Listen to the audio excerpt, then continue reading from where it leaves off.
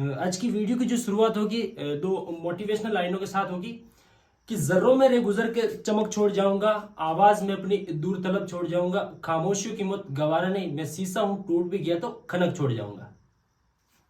जय हिंद दोस्तों, मैं हूं मनोज। स्वागत आप सभी का एक बार फिर से एजुकेशन विद मोटिवेशन चैनल पर। जैसा कि साथियों कल हमने बनाया था एक रणनीति स्ट्रेटेजी के ऊपर वीडियो, आज बिना स्ट्रेटेजी के एक सीधा वीडियो होगा, टू द पॉइंट। राजस्थान के एक सामान्य परिचय। अगर हम बात करें राजस्थान का सामान्य परिचय को तीन चार भागों में बांटते हैं। एक राजस्थान का परिचय में राजस्थान का नामकरण, राजस्थान की स्थिति, राजस्थान का विस्तार, एक संभागीय स्थिति और एक दो पॉइंट विस्तार आसपास के राज्यों को लेकर है। लेकिन आज हमारा जो वीडियो होगा राजस्थान का सामान्य परिचय को लेकर। परिचय में भी है नामकरण। नामकरण, राजस्थान शब्द का नाम जिस जगह भले वो किसी शिलालेख में हो या किसी व्यक्ति विशेष द्वारा ये नाम दिया गया हो, आज उन तमाम फैक्ट को मैं यहाँ लेकर आया हूँ, जिसमें पूरा वीडियो होगा, जिसमें नामकरण से आने वाले क्वेश्चन सारे इसमें एड ऑन हो गए। ठीक है, तो स्टार्ट करते हैं कि राजस्थान को सर्वप्रथम यानी जो नाम मिलता है वो कहाँ मिलता है। जैसे एक सबसे प्राचीन ग्रंथ हम सभी को पता है ऋग्वेद होता है। ऋग्वेद में राजस्थान का नाम मिलता है वो होता है ब्रह्मवृत। क्या नाम उसका? ब्रह्मवृत। ब्रह्मवृत यानी ऋग्वेद में राजस्थान को ब्रह्मवृत नाम से जाना जाता है। अगर हम और उससे बात करें तो रामायण काल में एक विद्वान हुए, एक वाल्मीकि एक संत हुए। वाल्मीकि ने राजस्थान का नाम दिया मरुकांतार। रामायण काल में वाल्मीकि ने राजस्थान शब्द का नाम दिया मरुकांतार। तो हम लिख सकते वाल्मीकि जी, जिन्होंने राजस्थान स्पेसिफिक राजस्थान के लिए जो शब्द दिया हुआ मरुकांतार।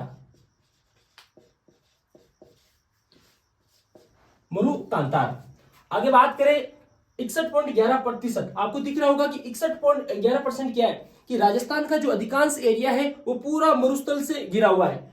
61.11% भूभाग पर मरुस्थल एरिया जहाँ रेत के बालू के टीले पाए जाते हैं। तो इसी के हिसाब से हम कह सकते हैं कि इसे प्राचीन काल में लोग मरुवार या मारवाड़ कहे तो भी गलत नहीं होगा। ठीक है, मरुवार मारवाड़ कहे तो भी गलत नहीं होगा। ठीक है, क्योंकि 61.11% भूभाग पर मरुस्थल एरिया। तो ठीक है, चलो अगली बात की प्राचीनतम लिखित साक्ष्य। अब बात करती है कि शिलालेख। मैंने पहले बात किया था शुरुआत में कि राजस्थान को प्राचीनतम शिलालेख के आधार पर क्या नाम मिलता है, या फिर इसका कोई जगह स्पेसिफिक है, किस काल में ये मिला, इसकी कौन से राजा काल में मिला। तो आइए हम देखते हैं। देखो, प्राचीनतम लिखित साक्ष्य के आधार पर एक जिला होता है सिरोही। क्या नाम है साथियों? सिरोही में एक मंदिर है, खीमल माता का मंदिर। कौन सा मंदिर है साथियों? खीमल माता का मंदिर। खीमल माता के मंदिर में शिलालेख का नाम है बसंतगढ़ का शिलालेख। क्या नाम है साथियों? बसंतगढ़ का शिलालेख। बसंतगढ़ का शिलालेख। ये शिलालेख यदि ईस्वी की बात करें तो यह है 625 ईस्वी का शिलालेख है। कब का है साथियों? 625 ईस्वी का शिलालेख है। अगर टाइम पीरियड है, स्थान है, डिस्ट्रिक्ट है, तो ये किसी राजा का काल का होगा। जी हाँ, बिल्कुल। यह है एक राजा का नाम है वर्मलाद। कौन सा राजा? वर्मलाद राजा है, तो इसका वंश होगा। जी बिल्कुल, इसका वंश है चावड़ा वंश। ये कई बार बहुत सारे एग्जाम आया कि वर्मलाद का जो समय का शिलालेख का नाम बताओ, या बसंतगढ़ शिलालेख में राजस्थान को किस नाम से जाना गया है। प्राचीनतम लिखित साक्ष्य के आधार पर वर्मलाद का जो वर्मलाद राजा है, जो चावड़ा वंश से बिलोंग रखते हैं। सिरोही के खीमल माता जो मंदिर के ये शिलालेख मिला बसंतगढ़, उसमें राजस्थान का नाम मिला राजस्थानादित्य। इंपोर्टेंट है,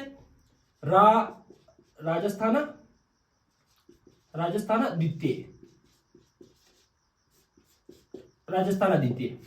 आपको मेन फोकस यही है, राजस्थानादित्य नाम मिला बसंतगढ़ शिलालेख, सिरोही खीमल माता का मंदिर, 625 ईस्वी का। ठीक है, एक है मोहनोद नैनसी, प्राचीन लेखक है मोहनद नैनसी। इनकी किताब भी इनके नाम पर है, मोहनद नैनसी विख्यात। किताब का नाम है मोहनद नैनसी विख्यात। इन्हें भी मोहनद नैनसी किताब में भी राजस्थान शब्द हमें मिलता है। एक एक और है वीरबान रत्नू, ये भी अच्छे लेखक है। वीरबान रत्नू प्राचीन काल के हैं। इन्होंने, इनकी किताब का नाम था राजरूपक। क्या नाम था? राजरूपक।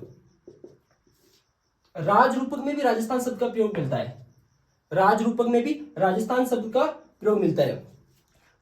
कहीं कहीं लिखा मिलता है कि जो राजरूपक किताब है ये जोधपुर है ना, जोधपुर के एक राजा थे अभय सिंह, और गुजरात के राजा थे सर बुलंद खान। इनके युद्ध का वर्णन भी हमें इसी में मिलता है, वीरबान रत्नू की किताब राजरूपक में। ठीक है। और एक पत्तर। पत्र का मतलब कि प्राचीन काल में राजा लोग आपस में एक दूसरे को व्यापार के संबंधित या किसी रिश्तों के संबंधित या किसी भी कार्य को लेकर, फोन तो होते नहीं थे, तो उसमें वो जो पत्थर का आदान प्रदान करते थे। तो पत्थर के आदान प्रदान में भी एक राजस्थान शब्द का यूज मिला। कई बार किताबों नहीं मिलता, लेकिन ये पत्थर है 1771 का पत्थर है। और ये पत्थर किसको, किसके द्वारा भेजा गया था? ये पत्थर भेजा गया था भीम सिंह। भीम सिंह, ये भेजा गया था जयपुर के प्रताप सिंह के पास। प्रताप सिंह के पास भेजा गया था। प्रताप सिंह कहां से थे? जयपुर से। 1731 का पत्थर है, भीम सिंह द्वारा प्रताप सिंह को भेजा जाता है। इस पत्थर में भी राजस्थान शब्द का प्रयोग मिलता है। अब आगे बढ़ते, जॉर्ज थॉमस। हाँ, प्रश्न उठता है, यहीं से उठता है। यदि इस नामकरण की बात करें तो प्रश्न आने की संभावना जॉर्ज थॉमस से ज्यादा रहती है। जॉर्ज थॉमस मूलतः ये आयरलैंड के निवासी थे। कहां के थे? आयरलैंड के निवासी थे। आयरलैंड के निवासी थे। ये राजस्थान में सर्वप्रथम शेखावाटी क्षेत्र में आए थे, और शेखावाटी क्षेत्र में आए थे। अगर भारत में भारत लेवल की बात करें तो ये भारत में सर्वप्रथम ये मराठा जो दौलतराव सिंधिया के वहां के एक अंग्रेजी कमांडर थे। तो वहां से फिर शेखावाटी राजस्थान में आई, और राजस्थान में मुख्यतः आकर इन्होंने राजस्थान को एक शब्द डिनोट किया, वो है राजपुताना। राजपुताना। एग्जाम में प्रश्न आता है कि राजस्थान शब्द का राजपुताना प्रयोग हमें कहां मिलता, किसने दिया, कब दिया, क्यों दिया? वो है George Thomas. George Thomas Ireland के निवासी थे, शेखावाटी में आए थे, इन्होंने राजपुताना शब्द दिया। अब दिया तो किसने दिया? कोई किताब होगी जी, बिल्कुल किताब है। इनकी किताब का नाम है, स्पेस कम होने के कारण मैं बिल्कुल शॉर्ट लिख रहा हूं, military memoirs of mister George Thomas. Rajputana जो शब्द मिला वो है, उनकी किताब है military memoirs of mister George Thomas. ये JT है, ये JT इस किताब में मिला।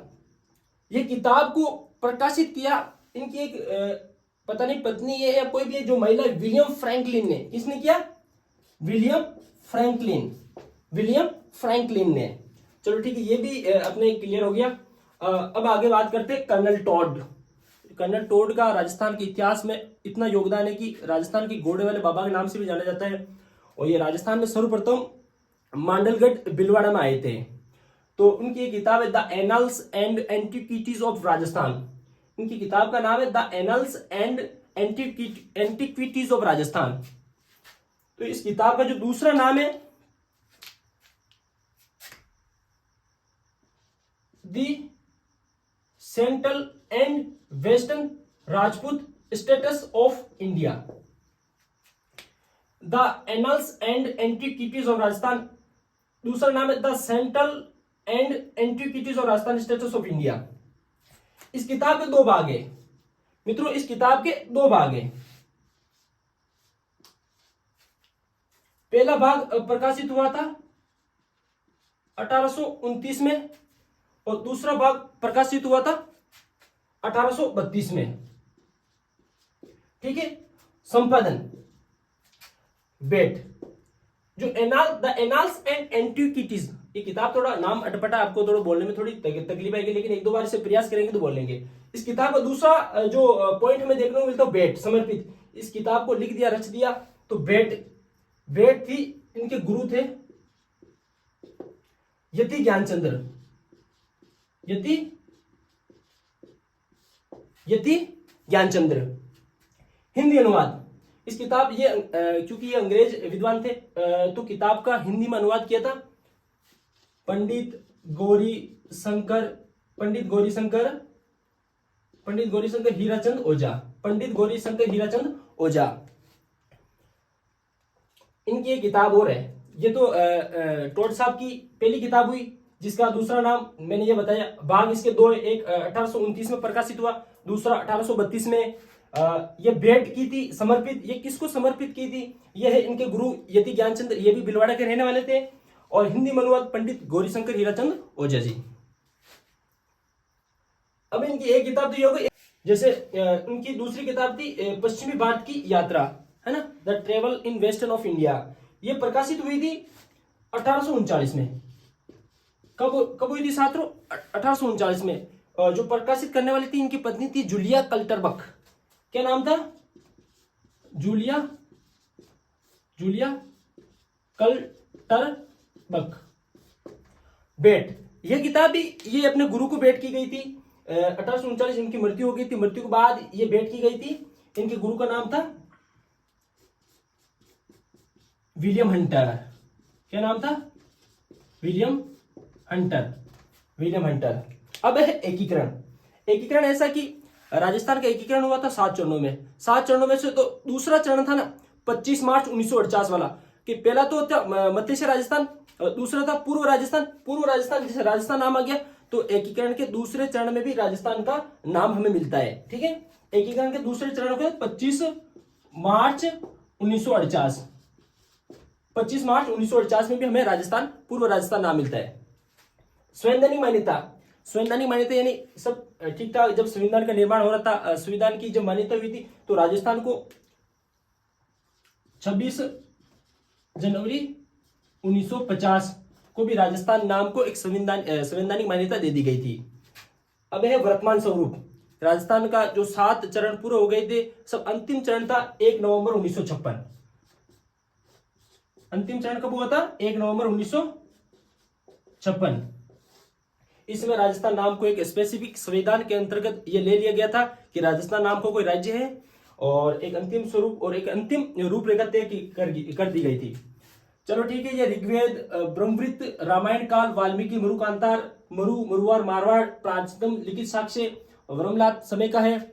625 ईस्वी में चावड़ा वंश के ये संबंधित थे। बसंतगढ़ शिलालेख में इन्हें राजस्थाना द्वितीय नाम हमें मिलता है। लेखक के वीरमान रत्नु होते हैं, जिनकी किताब थी राजरूपक, इनमें भी राजस्थान शब्द मिलता है। ऐसे करके हमने साल देखे। आज 19 जनवरी है।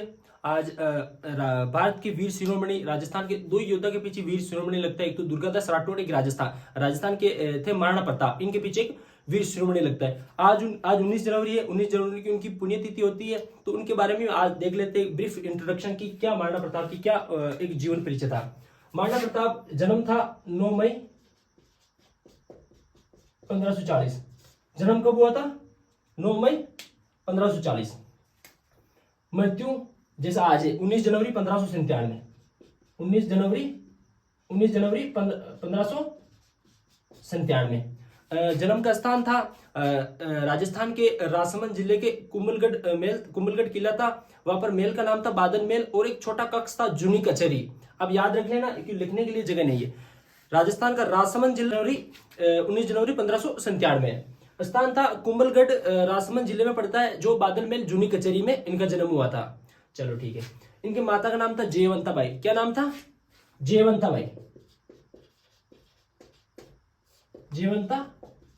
बाई। इनके पिताजी का नाम था उदय सिंह, महाराणा उदय सिंह। पिताजी का नाम था महाराणा उदय सिंह। इनका वजन किताबों में लिखा होता है कि इनका वजन है 110 केजी का। इनका वजन था 110 केजी, यानी इनमें वजन था 110 किलोग्राम के ये महाराणा प्रताप थे।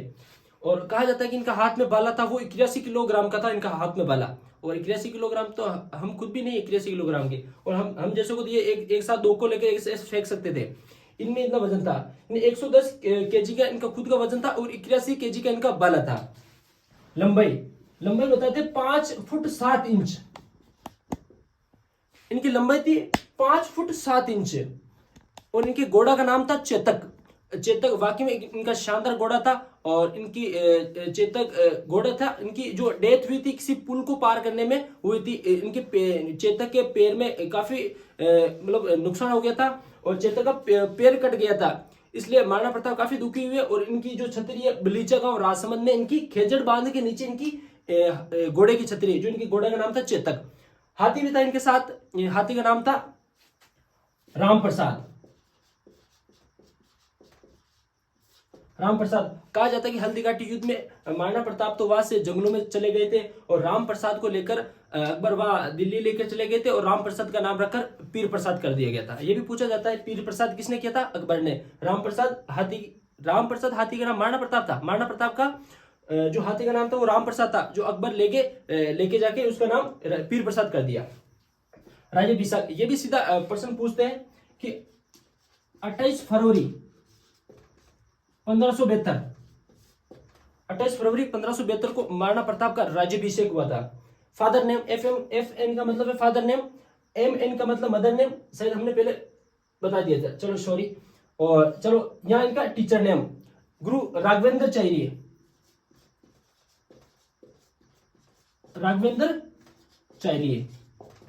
एक ब्रीफ में महाराणा प्रताप की जानकारी थी और कभी मौका मिलेगा तो महाराणा प्रताप के बारे इन डेप्थ और डीप से इन चीजों को पढ़ेंगे। अभी हाल ही में महाराणा प्रताप की जो आज पुण्यतिथि थी इसलिए हमने ये चीजें बताई।